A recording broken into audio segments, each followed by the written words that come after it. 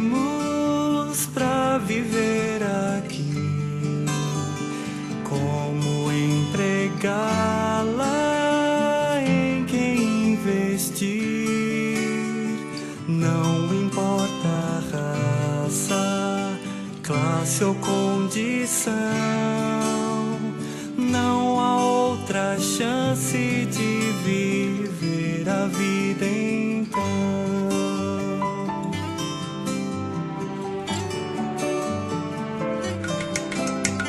Muitas as carreiras para perseguir.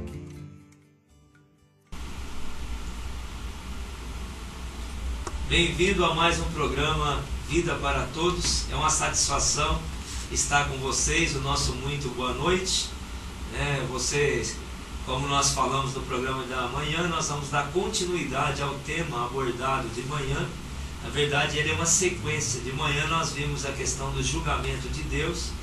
E se você não viu esse programa, não assistiu, você pode, ele tem a reprise no todo dia de manhã, às 7 da manhã, você pode estar assistindo para estar inteirado do assunto que nós vamos continuar abordando aqui.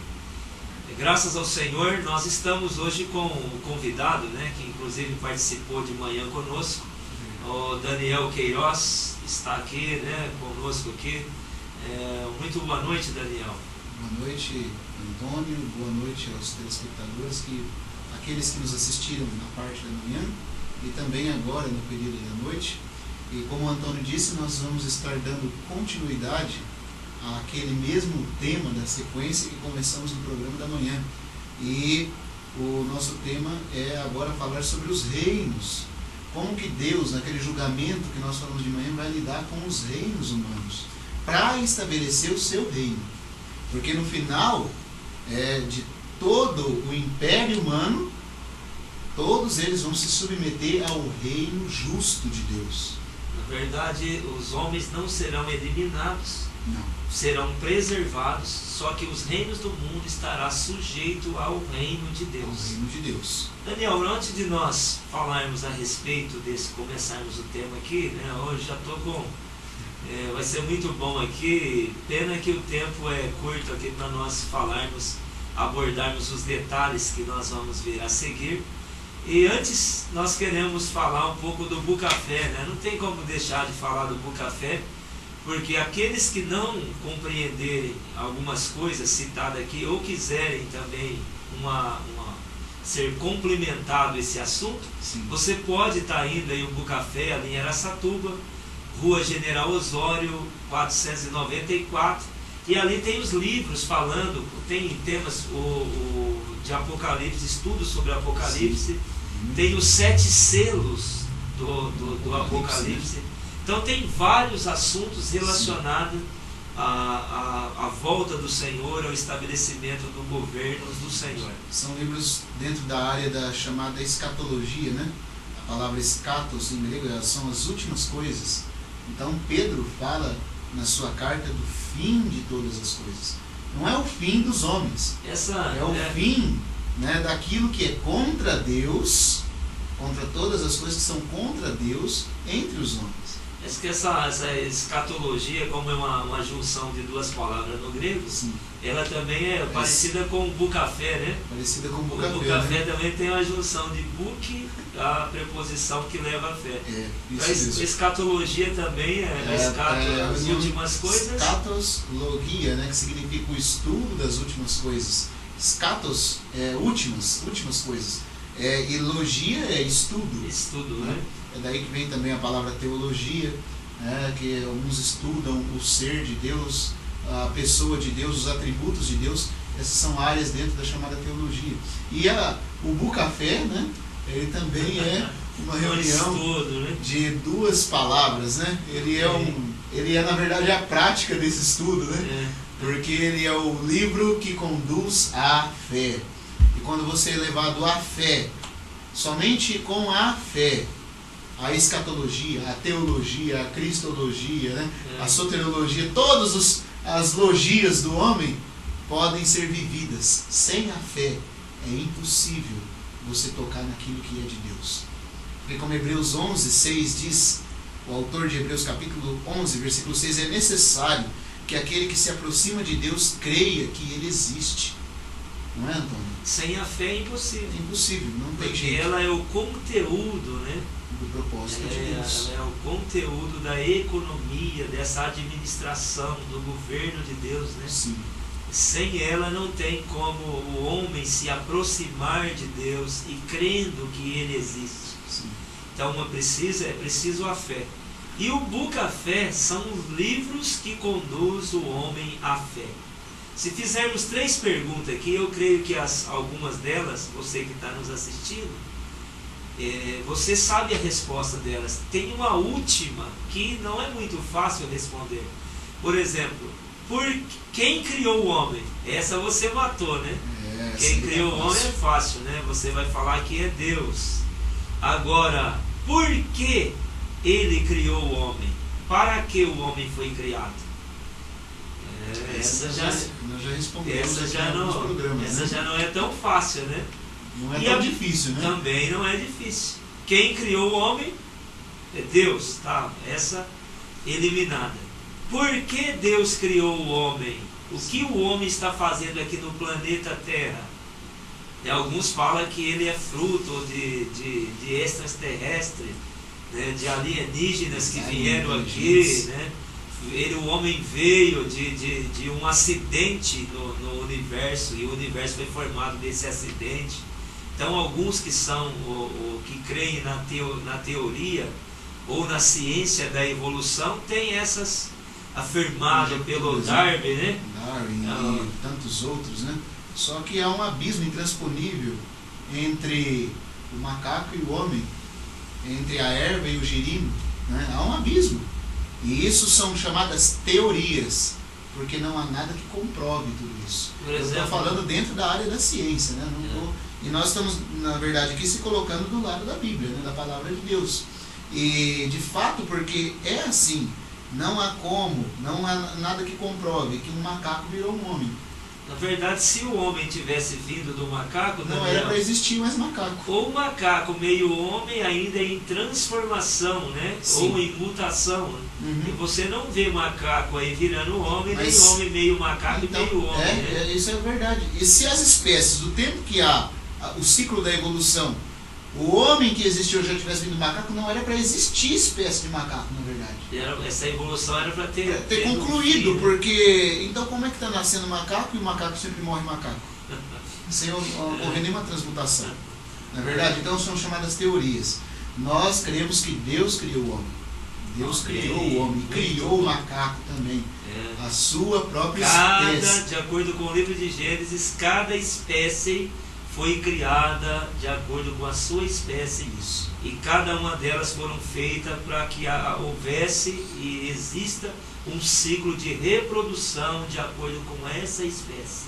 Todo o código genético, o DNA e os cromossomos, todos bem definidos ali. Você vai ver que a Bíblia já falava do código genético, quando diz que cada espécie, cada animal é segundo a sua espécie.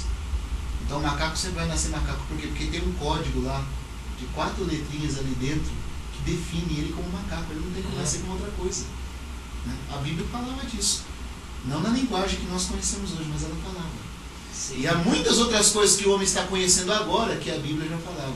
E uma delas é a emergência dos governos humanos atuais. Muito é o que nós vamos entrar agora, né? Essa questão da Bíblia, Daniel, está falando dos reinos, dos impérios humanos, desde o primeiro império, de forma reconhecida pela própria história. Hoje nós vamos dar uma passada em algum desses impérios. Na verdade, 6 impérios existentes até hoje, que o último dele permanece. E o tema, para você que vai nos acompanhar agora, são os impérios humanos versus o reino de Deus. E de acordo com o início do programa da manhã, nós falamos sobre o julgamento de Deus. Inclusive, o julgamento de Deus é sobre esses impérios humanos que são contra o governo de Deus. E que dentro desses impérios, essa substituição do primeiro império, segundo, terceiro, é justamente porque Deus é quem move os governos, estabelece reinos e remove esses reinos, para que o reino dele, que é o último reino, que não vai ser substituído, o último reino não vai ter, o único reino que não vai ter substituição é o reino de Deus. O governo de Deus é eterno. Sim. E nós podemos começar, né, Antônio, aí citando... Acho que uma boa definição que fala a respeito desses reinos, o livro de Daniel, ele dá uma visão bem clara. Daniel, ele é um resumo de todo o propósito de Deus dentro do governo humano. Ele é chamado até mesmo o Apocalipse do Velho Testamento. Muito bom, hein, Daniel? Porque ele é a revelação daquilo que mais tarde, né, foi acrescentado em todo o livro de Apocalipse, em 4 capítulos de Mateus. Daniel, no Velho Testamento, ele mostra de uma forma bem detalhada todas essas, essas sucessões de reinos e impérios ao longo da história. Lembrando, né, Antônio, só um detalhe, que quando Daniel profetizou, ele estava no tempo do rei da Babilônia, do reino da Babilônia, e ele falou dos impérios que viriam. E quando os céticos, e quando muitas pessoas olham o livro de Daniel hoje, elas têm que se curvar diante da palavra de Deus, porque elas veem que quantos detalhes Daniel falou, e de fato aconteceu tudo da forma como ele disse. Inclusive até o próprio livro de Daniel, ele é uma ponte da escatológica pro Apocalipse, né? Apocalipse. Ele tem uma ligação entre Daniel e Apocalipse, né? Sim. Tem vários livros até que associa Daniel e o Apocalipse, né? Porque o Apocalipse, ele é embasado, de fato não há nada novo no Apocalipse, né? O Apocalipse, se você quiser entender o Apocalipse, você vai ver que todos os sinais que o Apocalipse usa já foram citados anteriormente em outros livros. E quando João, em Apocalipse, ele fala dos reinos, daquela questão que tanta gente tem medo dos chifres, das bestas, que nós vamos ver que não é nada, aquela coisa assombrosa, né? Tem muitas pessoas que pensam que, quando eles leem Apocalipse, que agora, no tempo do fim, propriamente dito, vai aparecer essas bestas com 7 cabeças, esses animais. Acham que é um animal feio, né? Com 10 chifres pontudos, aquela garra de urso, com um corpo de leopardo, aquela boca terrível de leão. Mas não é, João estava descrevendo ali, nós vamos ver em Daniel, impérios que são representados por esses animais. Acho que todo o livro, tanto as visões de Daniel na área do estudo sobre o tempo do fim e Apocalipse, são usadas as linguagens figurativas. Né? Nós vamos ver o porquê. Na verdade, é o que eu estava dizendo, Daniel explica Apocalipse. Porque Apocalipse, ele é uma revelação adicional em cima do que Daniel já disse. E o Apocalipse explica Daniel. E o Apocalipse explica Daniel, porque ele completa Daniel. Daniel, ele embasa o Apocalipse, e o Apocalipse complementa Daniel. Daniel, um Daniel para comentar do outro Daniel, né? Tem acho que uma ponte aqui que torna claro para nós vamos usar a Bíblia um pouco aqui. Sim. É a questão da visão do capítulo 2. O capítulo 2 de Daniel. De Daniel, falando sobre a estátua do sonho de Nabucodonosor. E Deus, ele é tão belo que ele usa um corpo humano, uma estátua semelhante ou parecida com o corpo humano, para representar todos os impérios da terra que existido a partir do Egito, né? Sim, é verdade. Então lá no capítulo 2 tem a visão, o corpo humano sendo dividido em partes para representar esses reinos do mundo ou esses impérios que já existiu. E tem uma ponte do capítulo 2 para o capítulo 7. Sim, e aí eles estão interconectados, né? Por exemplo, em Daniel 2, lembrando que o Antônio falou aqui dos impérios desde o Egito, né? Mas na visão de Daniel começa da Babilônia. Por quê? Porque Daniel estava no tempo da Babilônia. E Daniel, ele tem a sua visão para frente, ele não olha para trás. Ele olha para os impérios que viriam. Então, quando Daniel escreve, ele começa no tempo do rei Nabucodonosor, ele passa por Nabucodonosor II, que a Bíblia não registra, ele chega a Nabonido, e ele vai até Belzazar, passa pelo Império Persa, né, chega ali com Dario II, Ciro, E diz a profecia de Daniel, capítulo 2, que Daniel continuou até os dias de Ciro da Pérsia. Né? Então, quando Ciro tomou o poder, Daniel já estava bem velho, provavelmente cerca de 85 anos de idade. Então, Daniel, quando fala das suas profecias sobre os impérios humanos, esses impérios, ele faz uma visão para frente. Para frente. É diferente de João. Quando você vai em João, por que João complementa Daniel? Porque João, ele olha para frente, os reinos que viriam, ele olha para o presente, o reino que havia na época dele, que era o Império Romano, e ele olha para o passado, olhando para todos os reinos, desde a época de Daniel, e até mesmo anterior a Daniel, começando no Egito. Então, João, em Apocalipse, ele tem uma visão global, ele tem uma visão geral do passado, do presente e do futuro. E é interessante que João, ao descrever, tanto Daniel como João descrevendo, ele mostra que esses impérios terrenos, ele se contrapõe ao governo de Deus. Sim. E por isso que tanto dentro do livro de Daniel como no livro de Apocalipse, esses impérios humanos são removidos para dar lugar ao reino de Deus.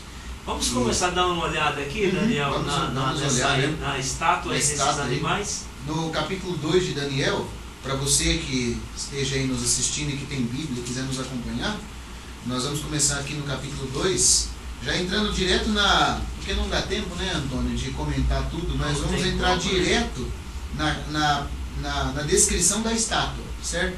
Nós vamos começar aí no versículo 36, onde já começa a dar a definição da estátua. Lembrando que Nabucodonosor tinha tido um sonho, só para você poder entender a história. E ele chamou os magos para interpretar os sonhos, né? E não foi qualquer mago, foi os caldeus, que naquela época entre os sumérios era a elite, né? Eram os magos dos caldeus, era a elite dos magos. E para interpretar os sonhos, ele não descreveu como é que era o sonho. Ele queria que eles dissessem o que eles tinham sonhado e descrevessem a interpretação do sonho. Aí os magos disseram assim: isso é demais, ó rei. Isso aí contrapõe com a nossa época, né? Porque hoje tem um monte de pessoas que gostam de adivinhar. Adivinhar o sonho, mas você tem que contar o sonho, né? Você conta o sonho. Aí ele vai falando, mas ele pode dar a interpretação dele. Mas aqui Nabucodonosor foi inteligente, ele falou: pera aí, vocês querem falar o que eu sonhei, né? Então vocês vão dizer até o que foi que eu sonhei. O que eu sonhei, fala pra mim. Você quer dar a interpretação? Então fala o que eu sonhei também. Se você souber o que eu sonhei, eu sei que você consegue interpretar. Você é de Deus, né? E ninguém conseguiu. Quando Nabucodonosor ia exterminar os magos, havia Daniel no meio do reino. Daniel e seus 3 amigos oraram e Deus deu revelação a Daniel. E Daniel então foi... salvou a pele deles, né, Daniel? Salvou todos eles, né? Todos eles foram preservados por causa da visão. Por causa da visão. E aí no versículo 36 diz... Acho que o 32, por causa do tempo, é só a descrição de descrição como ela da estátua, isso. De como ela era. Versículo 32 então.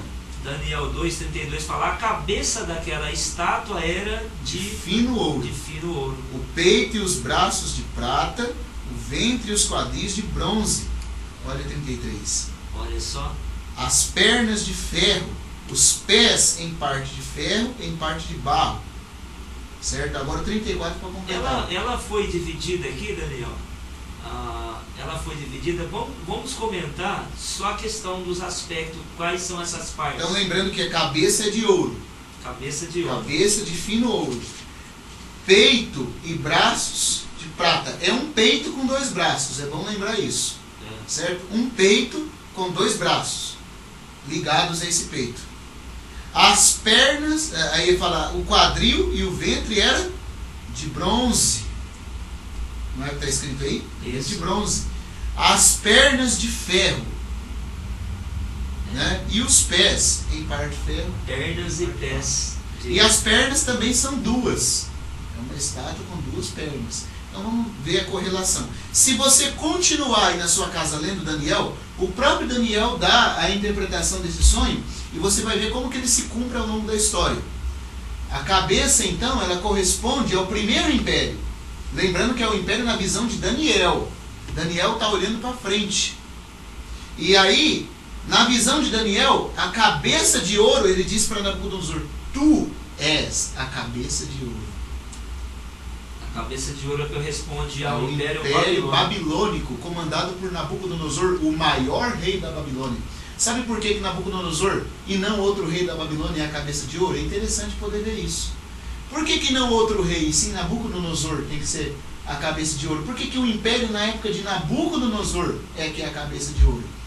Porque embora o Império Babilônico teve muitos reis, nenhum rei conseguiu trazer o Império Babilônico desde o Oriente até o Mar Mediterrâneo. Nabucodonosor foi o único que pegou o império. Está relacionado com o resplendor desse governo. O resplendor, por isso que ele é de ouro, né?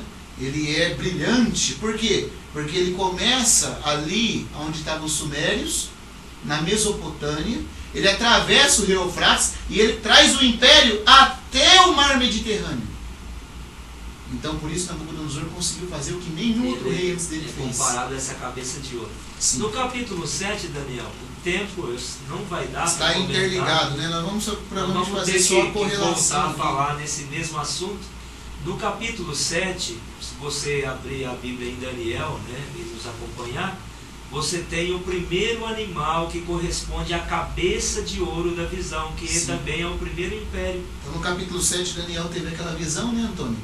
E aí chega no versículo, nós podemos começar aqui no 3, ele vai falar de 4 grandes animais. Ele fala aqui de 4 grandes. Interessante notar que quando o rei Nabucodonosor vê a visão do que é os reinos do mundo, ele vê isso como uma grande estátua. E ele vê como uma estátua, né? Então ele vê, como o Antônio falou, é bom tocar mesmo nesse ponto para você poder perceber.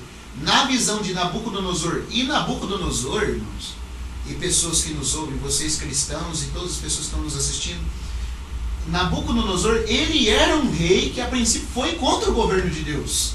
Então quando ele tem a visão, ele vê o seu reino como a cabeça de ouro, e todos os outros reinos que eram iguais ao dele, nessa questão de ser contra Deus, ele vê como uma estátua de metais valiosos, cabeça de ouro, peito de prata, ventre de bronze, pernas de ferro.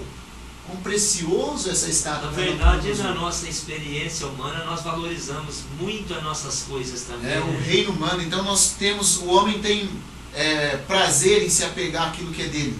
E ele valoriza aquilo. Então foi isso. Despreza Deus pelas coisas que ele tem. Então Nabucodonosor viu os reinos humanos como algo precioso. Mas quando Deus vai descrever esses reinos lá em Daniel 7, Deus não descreve como uma estátua valiosa.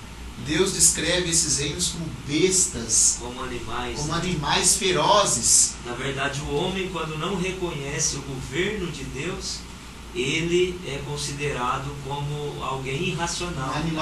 Na linguagem de Deus, ele é considerado como um animal. Né? Um animal louco. Só para finalizar aqui, não vai dar tempo de nós falarmos dos restantes animais, vamos ver uma ponte no versículo 4 Daniel 7, versículo 4 fala: o primeiro era como um leão e tinha asas de águias, olhei até que lhe foram arrancadas as asas, e foi levantado da terra e posto em pé como um homem, e foi-lhe dado um coração de homem. Tá vendo só? Agora, na visão de Daniel aqui, os reinos, esse primeiro reino, o Império Babilônico já é visto como animal, como um leão. Porque na visão de Nabucodonosor, o primeiro império era a cabeça de ouro. Na visão que Daniel tem, o primeiro império não é uma cabeça de ouro. Ele está correspondendo à cabeça de ouro. Mas aqui já é uma besta, um leão com 2 asas. Aí tem o segundo animal, para finalizarmos aqui, Daniel. E no próximo programa nós vamos voltar a falar um pouco mais desses impérios que passou, e para dar lugar ao último reino, ao reino de Deus. Sim. Porque os impérios são a união de vários reinos que é contra o governo de Deus. Sim. Deus não tem império, ele tem um reino, onde tem um rei, e esse rei é o rei de justiça. Sim. É aquele que faz as coisas por meio da sua justiça, por meio de um governo justo e um governo de amor. E aí, só comentando aqui, Antônio, para os que estão nos assistindo poder entender, né? Nessa primeira, você viu o detalhe que não há no capítulo 2 e há aqui? No capítulo 2, você só tem o Império Babilônico como uma cabeça de ouro.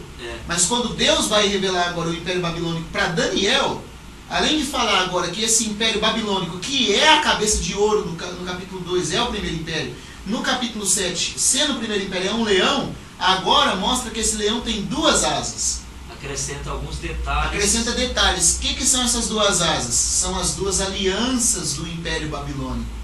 Porque o Império Babilônico era formado pelos assírios e pelos caldeus. Assírios, uma asa. Caldeus, outra asa. Num único leão, num único império. Isso é o que pode ser descrito como império, né? São a união desses reinos. De 2 reinos. Se tornando, aos olhos de Deus, como bestas que se põem contra o governo de Deus, né? Muito bom, hein, Daniel? Nós vamos ter que voltar para falar. Porque, na verdade, né, Antônio, nós nem temos pressa, né? O nosso maior objetivo é que os nossos telespectadores possam entender, né, o que está acontecendo aqui. Outro detalhe, Daniel, é que esses reinos, pelo fato de Deus não ter lugar dentro desses reinos, é que eles foram removidos. Sim. Esse é um detalhe. De certo modo, implica um julgamento de Deus. Sim. Removendo esse governo da Babilônia para dar lugar ao governo o próximo governo. Deus ainda tendo esperança nesses reinos. Sim. Que viriam, né, para mostrar que Ele é justo. Uhum.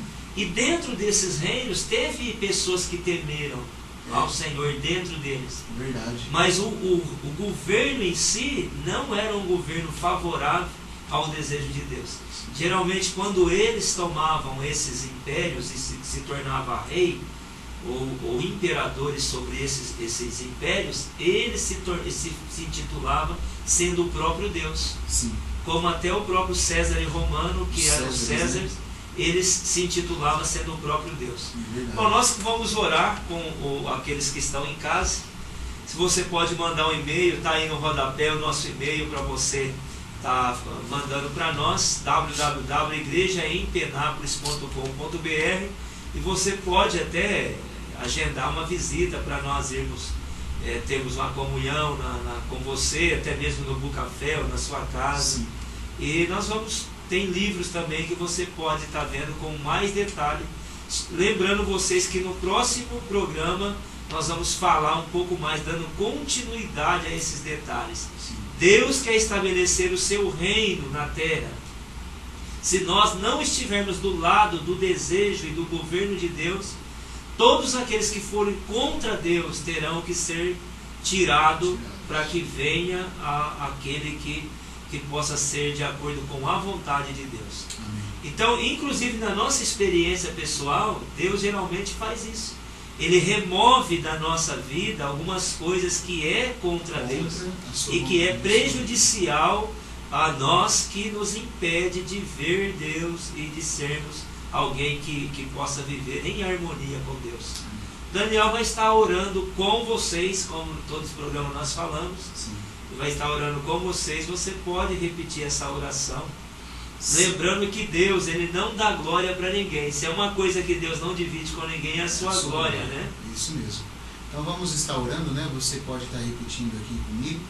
Senhor Jesus, muito obrigado por esse programa. Obrigado por esse momento. Senhor Jesus, obrigado pela Tua palavra que deseja nos salvar. Senhor, eu creio no Teu nome. Cremos que Tu és o Filho de Deus e pedimos a Ti que venhas ao nosso coração e faça no nosso coração a Tua morada. Senhor, nos ajuda a ver que Tu és o Senhor de todas as coisas e que o Senhor tem um reino que não há de passar, que durará para todo sempre. Obrigado, Senhor, porque o Senhor nos amou e morreu por nós na cruz. Nós cremos no Teu senhorio. Obrigado pelo Teu precioso e grandioso amor. Amém. Amém.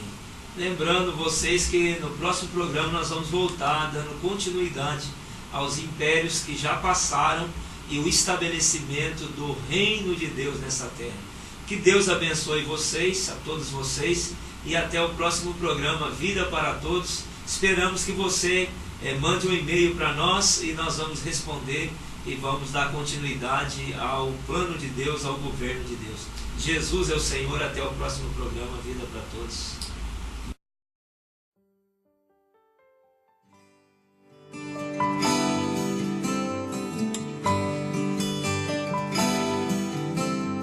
Só uma vida temos pra viver aqui. Como empregá-la, em quem investir? Não importa a raça, classe ou condição, não há outra chance de viver a vida então.